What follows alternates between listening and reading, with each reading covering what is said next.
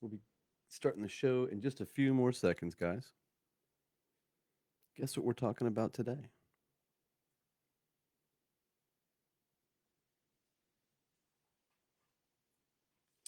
And it's 3 o'clock. Welcome. Welcome back to Comic Book Corner, as brought to you from Cabin Fever Radio. Now, live from Gardena, California. Glad to have you guys back in my home and glad to be in yours. Ooh. All right. So, today as I said, I'm your host. I'm Bobby Smith. Thanks for joining me here. Today we're going to be discussing Marvel's latest twist on their X-Men books, as it started with House of X and Powers of 10, the two series that are one. Jonathan Hickman launches perhaps most of the significant changes in with these characters in their books that we've seen in several decades. Before we get started, I want to say thank you to my favorite comic book store, Galaxy of Comics, on Satakoy Street in Van Nuys, for being a great store. They made sure that we were able to keep getting our books throughout the crisis, and now they're back to more normal operations, and that's fantastic. I'll come back and tell you more about those guys here in just a little bit. I've been reading comic books for nearly all my life.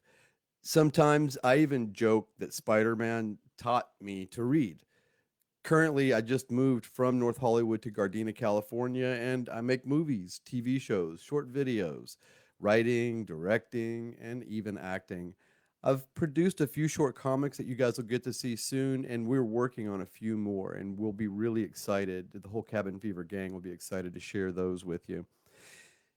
As we've been encouraged to stay home, I've been doing regular live stream shows. Wild Love Weekly, which I produce live on Fridays at 3 p.m.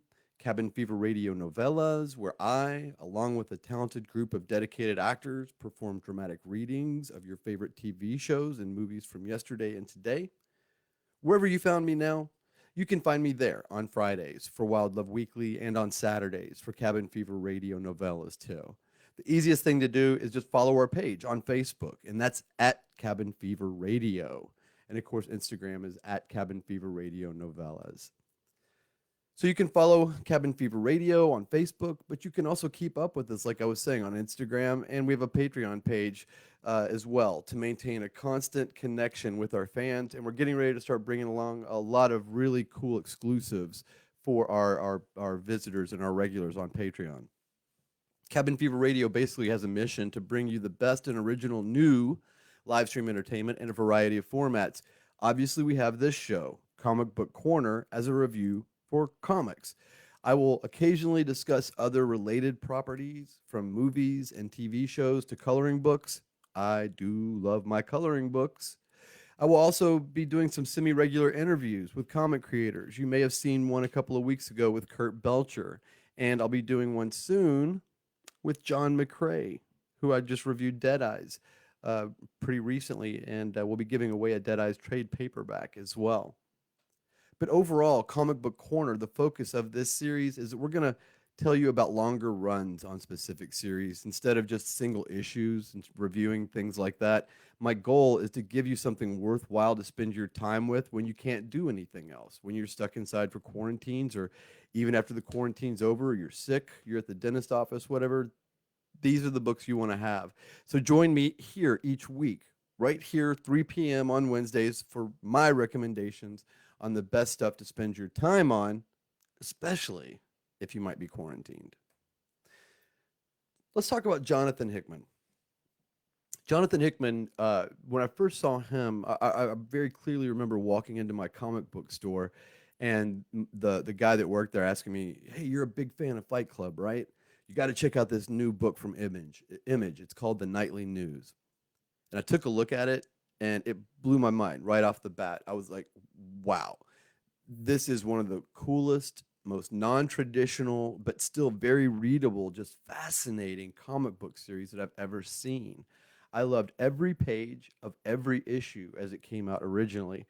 And it wasn't just the story, which is awesome. There's something inspired and inspiring about this very focused sense of layout from Hickman, who he warns the in the books of this very non-traditional structure right at the beginning of Nightly News. He lets people know this is not going to look and feel like your normal comic, and it doesn't. He continued that aesthetic. He ended up carrying that across into other independent works like Pax Romana, which is a time travel story that's unbelievably cool, and Nightly News. And I think those are the only two that he ever wrote and drew the whole books. He became so in demand as a writer that he started having other artists carry that load. But that same design sense would continue to follow him and show up even like in his Marvel comics work, like Fantastic Four to the Avengers. And now it's not just present, but it's like a critical part of the overall story and package that's delivered in House of X and Powers of 10, the books that he used for taking over the X-Men part of the Marvel universe. I'll discuss that more in the review as we continue. But right now, let's just talk about the X-Men. The Uncanny X-Men.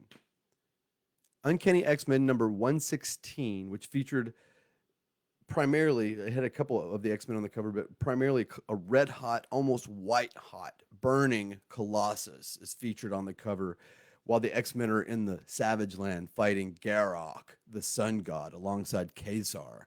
This book came out in 1978. It was on the spinner racks, and I bought it when I was 9 years old, and I just moved from Louisville, Kentucky to a little place called Elizabethtown, and comics were basically my only friend until I met a guy named James Pearson, who was also very into comics, who we would collect and discuss X-Men comics for like the next 5 or 6 years.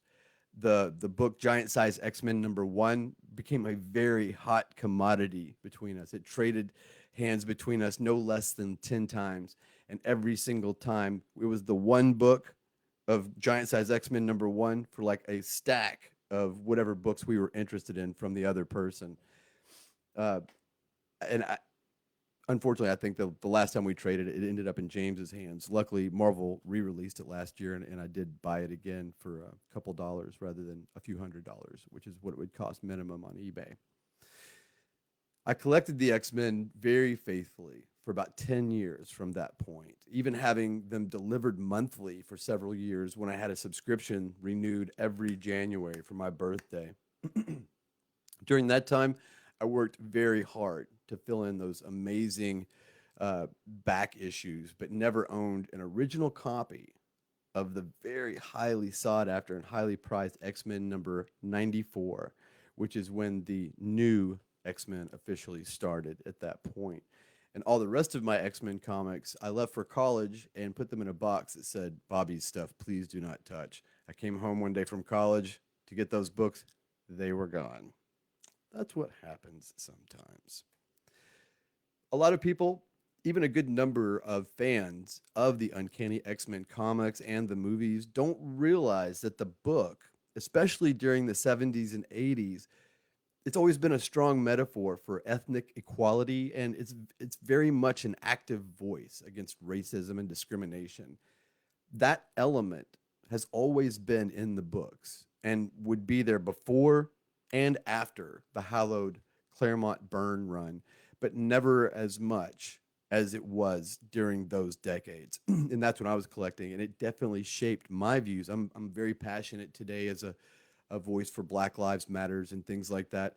And I know a lot of that was born, and I'm very thankful for it, right from the pages of Uncanny X-Men. So, thank you, Stan Lee. Thank you, Jack Kirby. Thank you, Chris Claremont. Thank you, John Byrne, for helping shape me in what I consider to be a very positive way, especially in a world that's on fire over these issues today.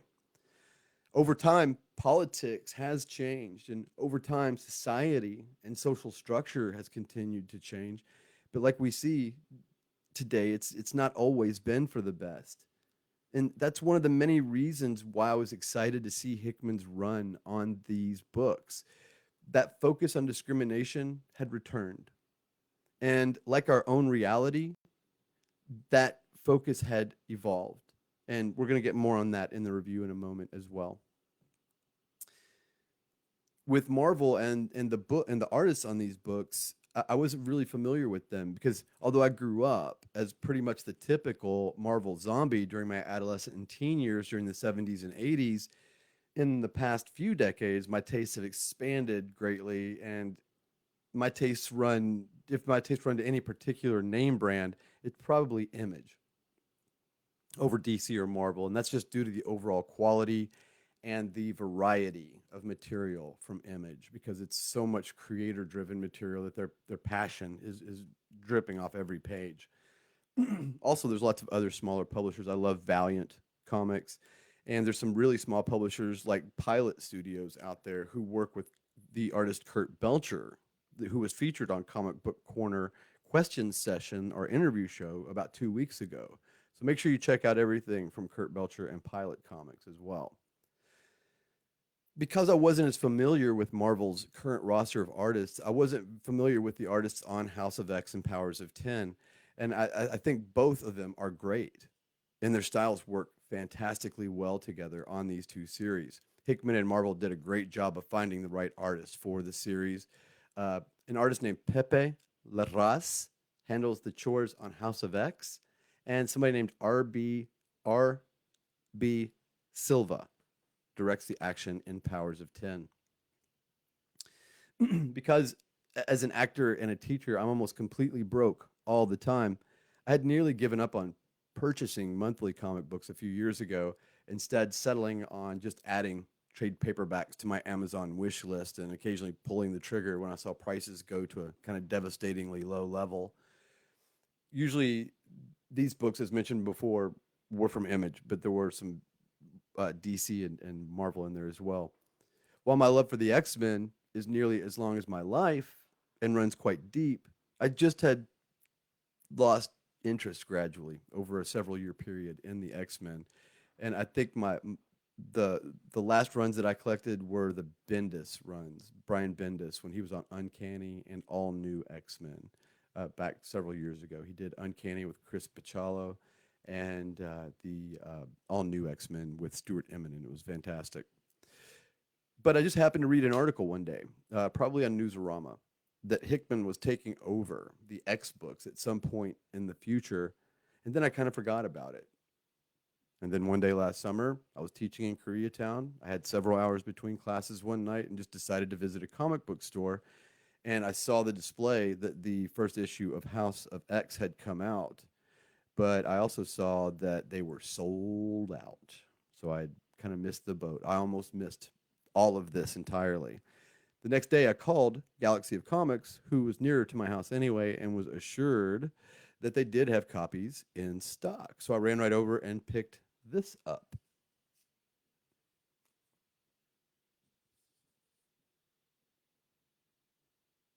House of X #1.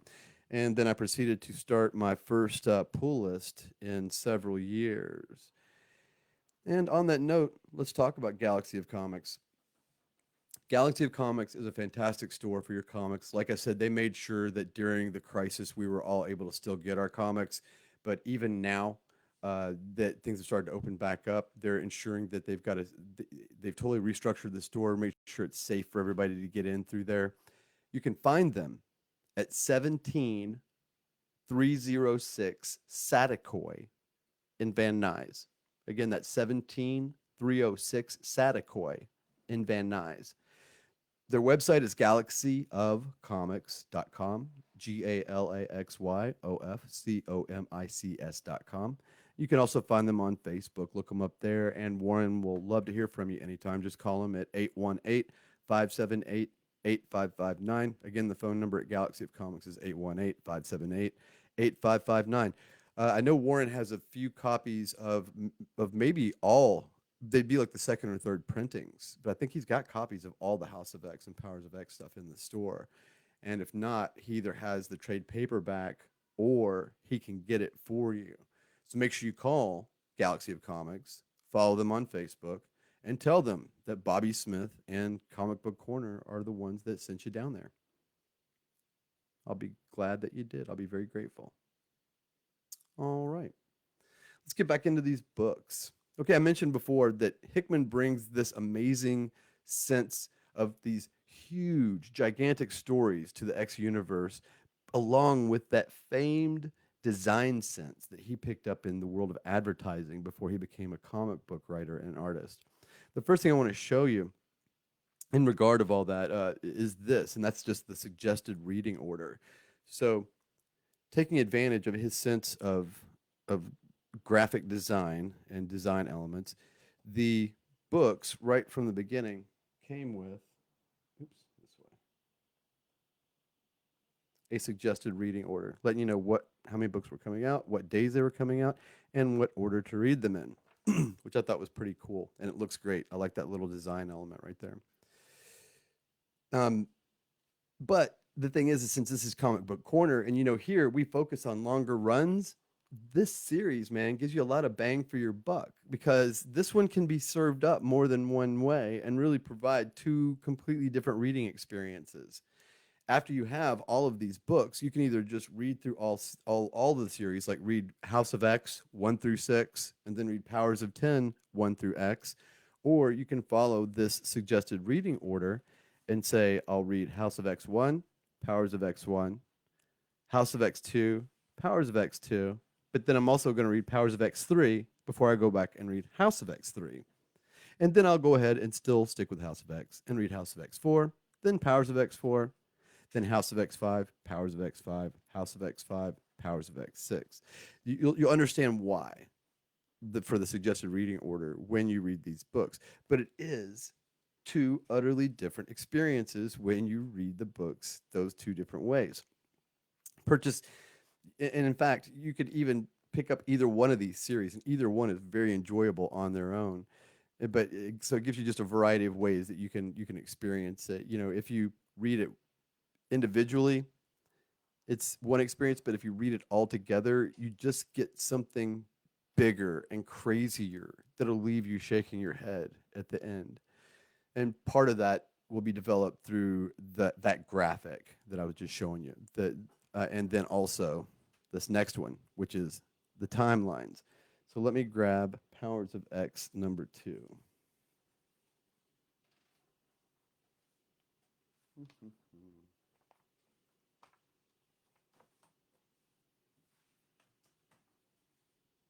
Sorry guys, these got a little out of order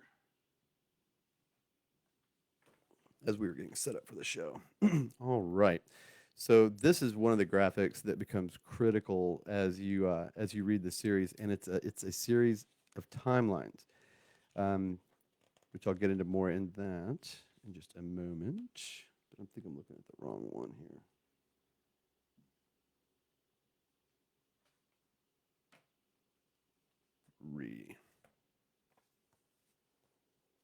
Again, I apologize. I had all this in order, and then I started moving stuff around. So, all right. So this is that sense of graphic design that Jonathan Hickman brings to the books. And I don't want to spoil it too much by letting you read everything there, but it does go on from there. It continues. So you get to see when the different timelines end, and what happened and so forth. You get to see the one that's still in progress. And other than that, I don't want to leave that up there for too long and spoil it any worse than I have, because I'm going to give you a lot of spoilers during this review anyway. Let's see. Let's talk about the title and the structures of the books, because that ties it all into all this. First, you may have noticed that while X appears in both titles, I keep referring to this one as House of X, and this title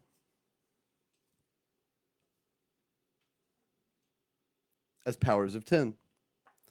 And within the first few pages of Powers of 10 number 1, it's very clear why I'm doing that, and that is the aim for Hickman, because we see the X-Men in year 0, year 10, year 100, and beyond. And it keeps moving, as you may have guessed, by Powers of 10, until we see the actual end of the entire Earth in the distant future at the absorptive, ravenous, tentacly hands of the Phalanx. Don't understand the Phalanx? Don't worry. Hickman uses the design sense of the books to his and our advantage to communicate critical pieces of information that is seriously mind-boggling in scope to consider. And that was the book I was trying to grab you for you just a while ago. So another use of this graphic design sense that Hickman has is he explains to you different levels of society of developed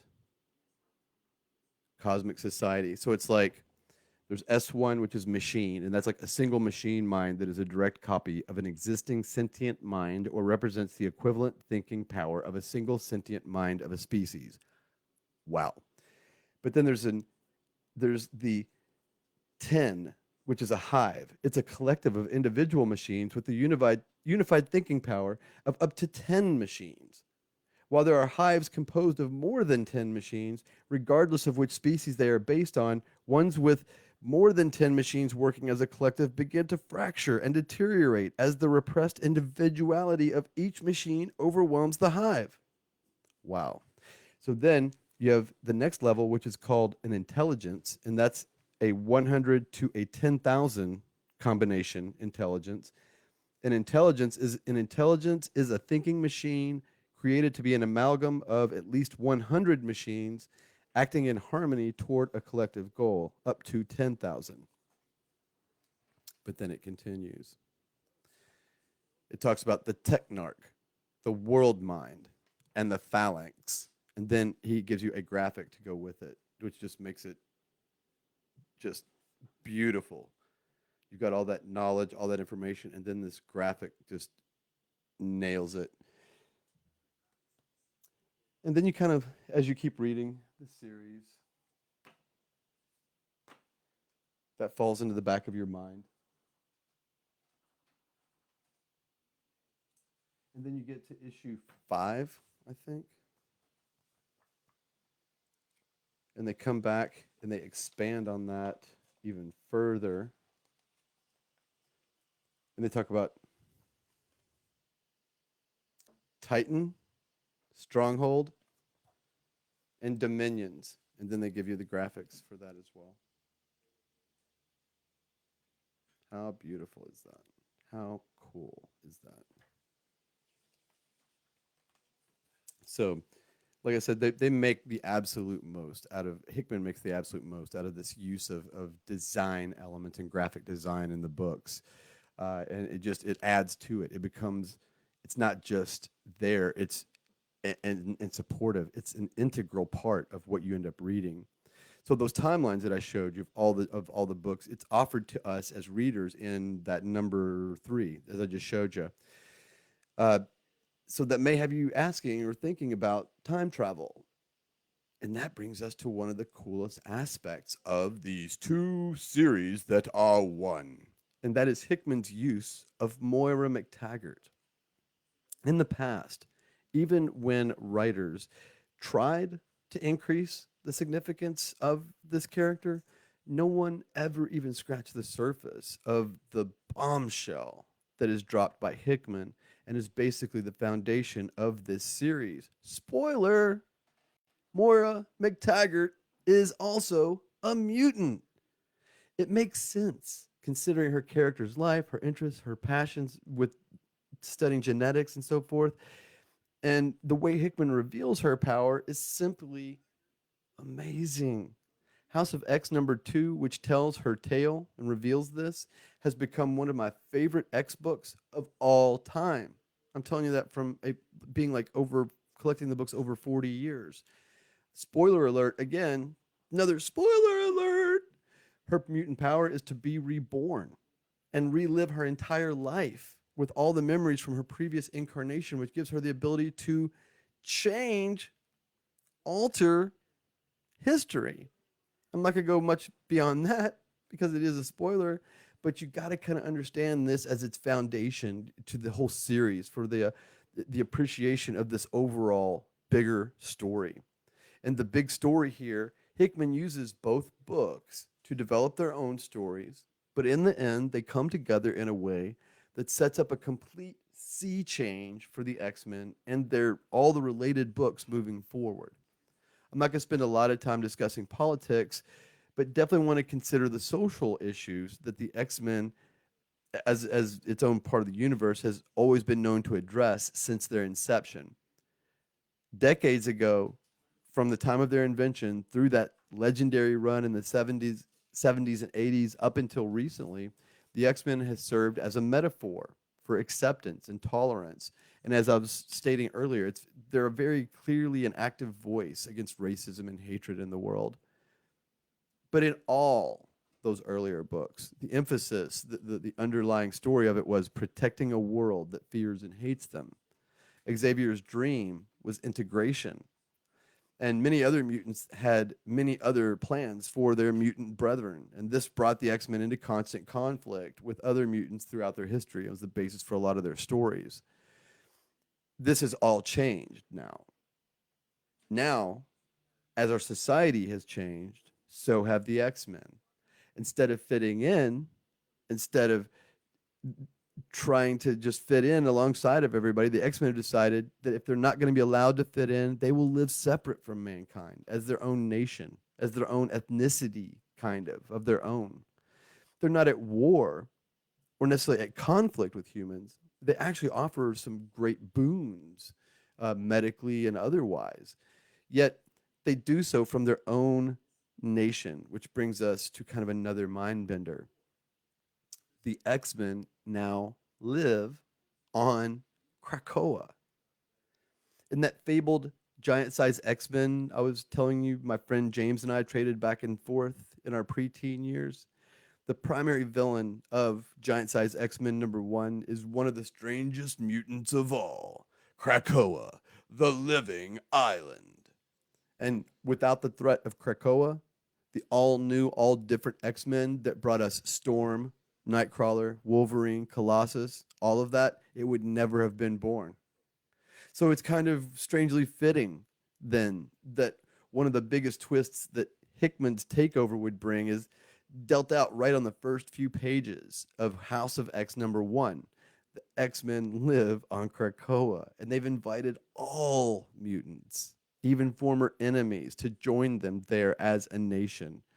They use biotechnology born on Krakoa and massaged by Forge to instantly teleport through organic flower doors to anywhere else on Earth, or not on Earth, as you find out much later.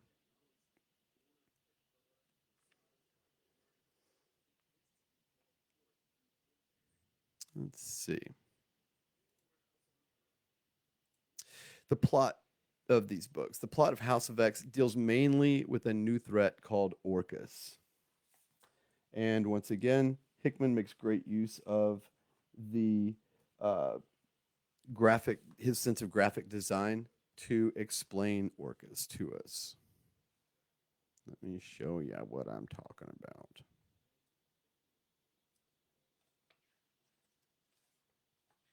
And by the way, there's so much more in these books, guys. You got to read it to really get it. But I'm glad to give you at least a peek. All right. So you get all of that. You get all of that. And what it really boils down to is the following, at least as far as what I'm going to tell you. And that is that you learn that Orcus is kind of a mix of aim, shield, strike, sword, alpha flight, hammer, armor, and even Hydra. All of these organizations have elements that have united for the sole purpose of eliminating the mutant threat.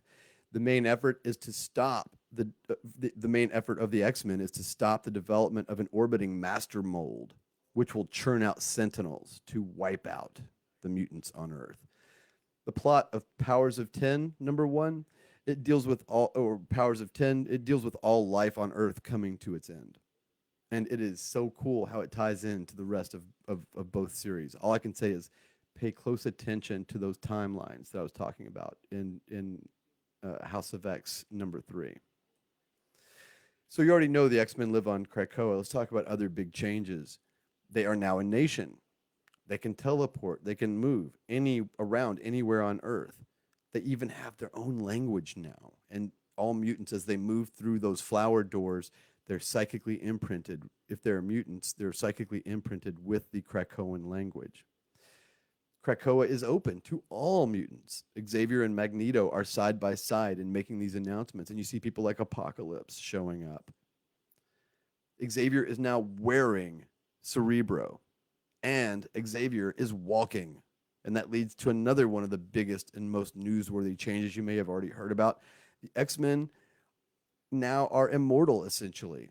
They're using a communal group of 5 mutants to actually resurrect anyone who dies.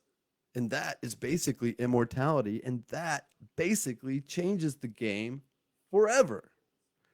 Since these books ended, these two runs of books, House of X and Powers of 10, ended about a year ago, we're already seeing some of the implications and ramifications of this ability to resurrect. We're seeing it play out across a couple of the new X titles. So as former villains like Mr. Sinister are found living among the X-Men, we're treated to some great background info on that relationship as well. And it ties directly into this whole resurrection effort we were just discussing. And there's a level of complexity that involves Mr. Sinister, the 5 resurrecting mutants, Forge, Xavier, that you really have to read these books to understand or believe. But it is amazing. And that story of Mr. Sinister is awesome. And you'll have a lot of fun reading Powers of X number 4.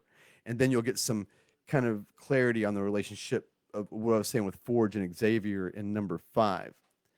Hickman has clearly done a lot of mapping out of this just gigantic story. What's it all boiled down to? What's my opinion? As a fan of Hickman and the X-Men, I truly have to say thanks to Jonathan Hickman and to Marvel for making these books and for the decision to let this tremendous effort guide the X-Men corner of Marvel for a while. There are great twists throughout the whole series. You're going to see things like different villains, all kinds of the Nimrods. You see Sentinels, so much that you see showing up in here. It's pretty crazy.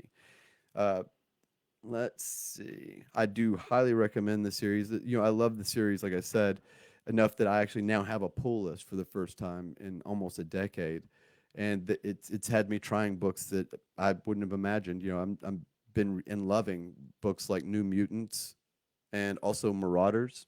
Marauders, by the way, is written by Jerry Dugan, who I discovered by reading his collaboration on Dead Eyes with John McCrae, who, again, I'm hoping to interview in about a week.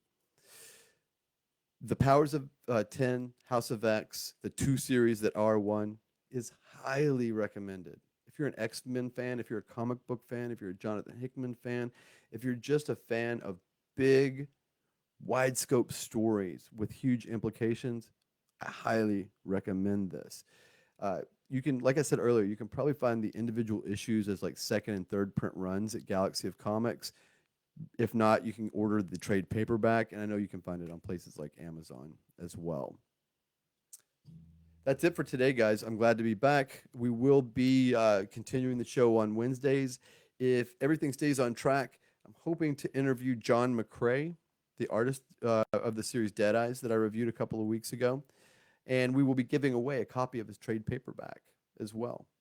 So tune in for that next week. If for some reason if John and I can't get our schedules to line up, I'll be back and producing another episode of Comic Book Corner and telling you about something like maybe The Stand, which is something that I've been preparing a review for several weeks now. And I'm excited to tell you about that, especially as it looks like we're actually getting out of quarantine. More on that later. Guys, stay safe, stay healthy out there, spread love, spread the word about Cabin Fever Radio and Cabin Fever Radio novellas. We are growing and we are coming out with some really interesting stuff. Right now we're doing a show called Vengeance Turns, which is an unbelievable female-led, bloody revenge western that will literally shock you to hear it. You can find that through the Cabin Fever Radio website, cabinfeverradio.com. That's it, guys. Don't forget to leave me your thoughts. Talk to me about what you're reading right now. What comics you like. What are some of the long runs that you recommend for me? Let me know what you're reading out there, and we'll only get this more and more interactive. Today I was running on a short amount of time getting in here, but I wanted to make sure that I made it back. So thank you for hanging in there. Things will keep improving. Things will keep on getting weirder and cooler looking on the tech side here. But that's it for today, you guys. It's been great. Spread love.